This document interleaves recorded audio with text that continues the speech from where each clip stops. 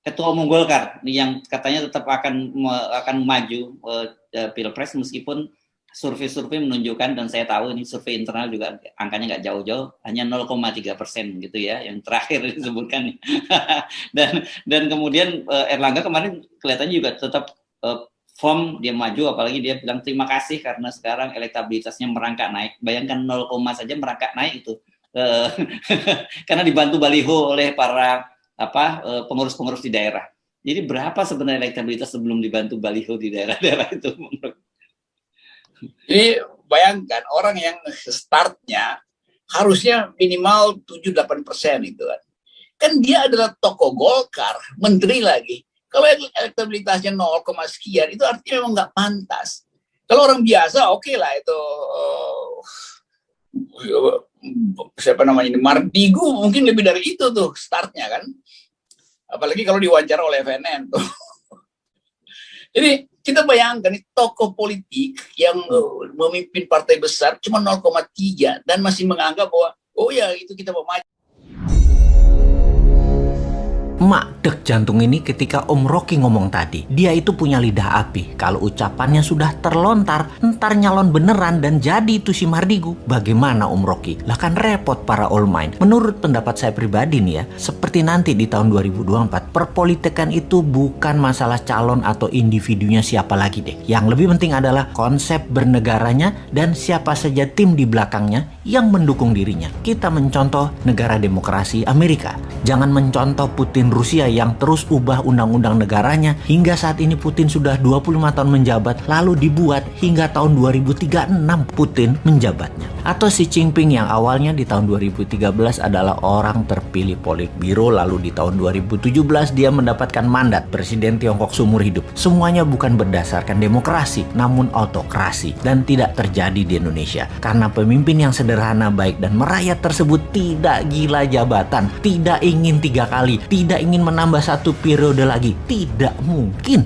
Nggak mungkin pemimpin sekarang akan kemaruk jabatan, mabok pujian. Bukan, itu bukan dia. Jadi kita mencoba mencontoh Amerika yang punya 2 aliran besar dalam bernegaranya. Kalau Partai Demokrat, cara kelolaan negaranya adalah heavy on government atau pemerintahnya agak ke kiri, ke sosialis. Kalau Partai Republik atau Republikan, negara hanya regulator atau dikenal dengan heavy on private. Pemerintahnya ke arah kanan, para kaum kapitalis. Di sini kita melihat calonnya siapa dan membawa alirannya apa. Kalau Partai Demokrat pasti naikin pajak, namanya juga sosialis. Kalau Partai Republik pasti turunin pajak, namanya juga heavy on private atau swasta. Kembali ke komen Om Rocky, maka 7 presiden yang telah lalu ditambah 10 calon yang ada di pajangan 2024 adalah model kiri, model sosialis. Dan untuk pertama kalinya ada calon si Sontoloyo ini yang dari kelompok New Mind menggagas ke arah kanan, heavy on swasta, ke arah pajak turun dan ke arah membela UKM 100%. Jujur,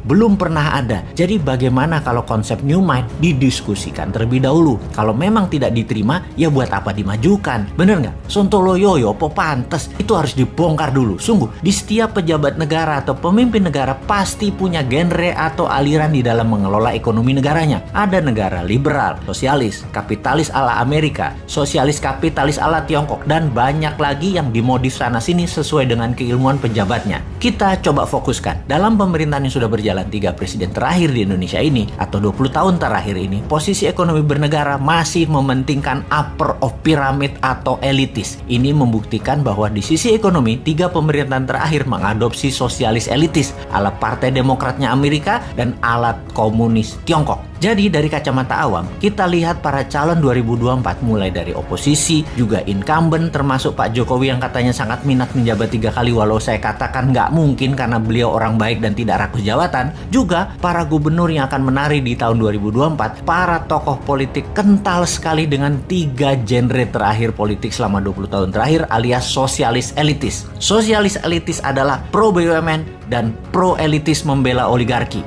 Di antara semuanya, tidak ada yang seperti Newmind yang pro-kapitalis bawah, kanan bawah, mendukung UKM, juga pro-kiri bawah, sosialis bawah, para buruh, nelayan, petani. Newmind punya new economic model, yaitu bottom of pyramid atau ekonomi akar rumput. Newmind fokus di bottom of pyramid, anti-elitis, anti-BUMN, anti-kapitalis elitis, anti-oligarki. Newmind merangkul sosialis bawah dan sosialis akar rumput, yaitu para buruh, termasuk 6 juta buruh migran yang kerja di luar negeri, semua ada di sini. Dan kapitalis akar rumput atau UKM di sisi bawah kanan juga ada di Newmind. Saat ini buruh dan UKM tertinggal karena memang platform bernegaranya elitis, bukan akar rumput yang di bawah. Newmind untuk membuktikan kontribusi ke ekonomi akar rumput membangun Santara, perusahaan urun dana seperti IDX untuk perusahaan besar melantai di bursa. UKM melantai di Santara. Sama semua aturannya, hanya saja ini untuk UKM. Itu sedikit kontribusi dari sisi swasta membuktikan MMT bukan hanya teori tapi bukti nyata. Jadi inilah yang harus didiskursuskan, diwacanakan, disiapkan bangsa dan negara dalam periode ke depan untuk memutuskan, untuk berani mencoba sesuatu yang baru seperti mengambil MMT, mengambil Newmind yang beraliran bottom of pyramid, ekonomi akar rumput, sosialis kapitalis akar rumput. Beda dengan 7 presiden yang menjabat yang lalu.